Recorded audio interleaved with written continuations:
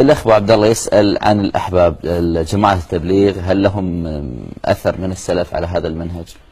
الدعوة إلى الله جل وعلا هي سبيل الأنبياء وطريق الصالحين، وإذا كان الإنسان يدعو إلى توحيد الله جل وعلا وحده دون سواه واتباع سنة نبيه صلى الله عليه وسلم، ويدعو الناس إلى أن يدخلوا في الإسلام إن كانوا غير مسلمين، وإلى أن يستقيموا على الدين ويتركوا المعاصي إن كانوا مسلمين، هذا كله خير عظيم، ولا يحتاج مثل هذا إلى دليل إذا كان الإنسان يدعو بمثل هذه الطريقة، لأن هذا هو الدين الذي جاء به رسولنا صلى الله عليه وسلم. بقيت في تقسيم الناس وأحوالهم أنا لا أتحمل في الذمة شيء، لكني أقول لا أرى حرجا في الخروج مع كل من يدعو إلى الله جل وعلا على بصيرة.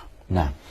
وقد هدى الله بهؤلاء الفضلاء خلقا كثيرا. نعم. وصعب أن يجحد أحد ما بذلوه في الأمة. Jamaah tabligh adalah akidah yang benar. Harus tahu, jamaah tabligh itu tidak berbeda dengan kita di dalam urusan keimanan dan akidah. Dan saya punya guru jamaah tabligh rata-rata. Tapi ada sisi lain, lihat ada orang menganggap picik kepada jamaah tabligh itu salah. Memang ada satu kemiripan bajunya. Bajunya sunnah, jamaah tabligh berjenggot. Itu sunnah. Memang ada orang suka mencaci maki pakai jenggot ya.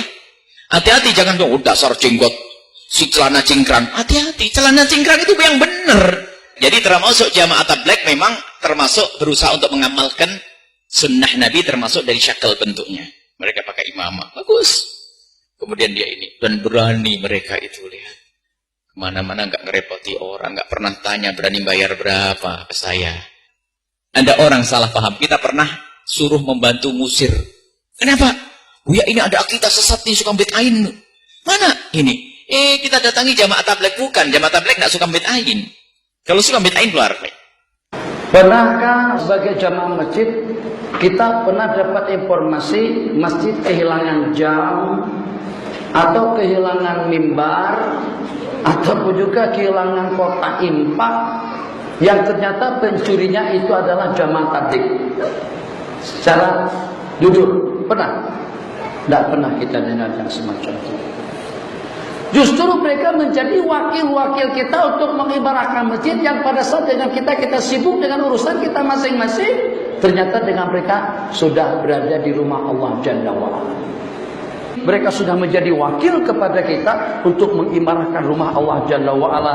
Tidak dijemput, tidak diundang, tidak dibayar. Ternyata dengan kehadiran daripada mereka, secara tidak langsung kita terutang jasa dengan mereka-mereka. Kenapa? Sebab mereka yang turun ke dusun-dusun, mereka yang berkempen atau yang berdakwah kepada orang-orang di pelosok, di pedalaman. Tutu guru tidak ada. Secara jujur, bukan kiai pondok, bukan pensyarah, bukan profesor, bukan dekan, bukan juga rektor yang pergi ke kampung-kampung dan ke desa-desa untuk mengajak orang ramai kembali kepada Allah Jalla wa'ala.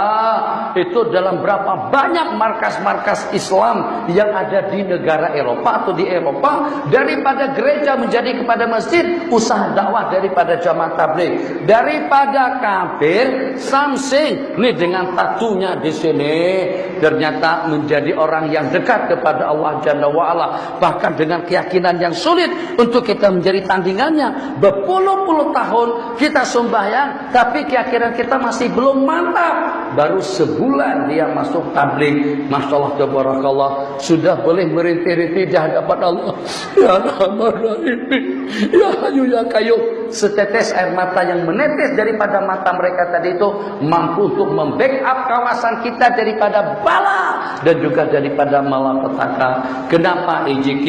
Kenapa masjid? Kenapa surau bersikap seperti itu dengan mereka? Mereka tidak meminta duit kita, tidak meminta kekayaan kita, tidak meminta dihormati, hanya ingin membanyakkan pahala kita pada waktu kita berjamaah, hanya ingin membanyakkan jamaah kita di waktu kita sembahyang.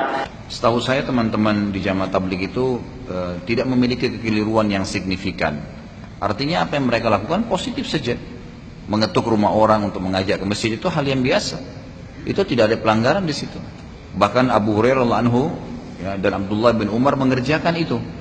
Ada sahabat yang mengerjakan itu. Mereka kalau jauh sebelum waktu sholat, mereka memang keliling rumah-rumah kerabatnya, dipanggil-panggilin sholat. sampai ke masjid sudah azan, gitu kan. Tujuannya ya dalam kisah ini dikatakan atau dalam riwayat ini dikatakan agar langkah kaki mereka lebih banyak dan pahala mengajak orang sholat juga lebih banyak. Itu nggak ada masalah, positif saja, itu berdakwah, gitu kan. Satu sisi itu masih positif. Kemudian mengajak orang ke masjid, berkumpul, menghadiri pengajian, itu juga masih positif, halaqal ilm, gitu kan. Kemudian juga keluar berdakwah di jalan Allah Subhanahu wa taala. Kalau niatnya berdakwah, itu juga masih hal-hal yang biasa saja. Allah Subhanahu wa taala memang menyuruh kita menyampaikan dakwah ini.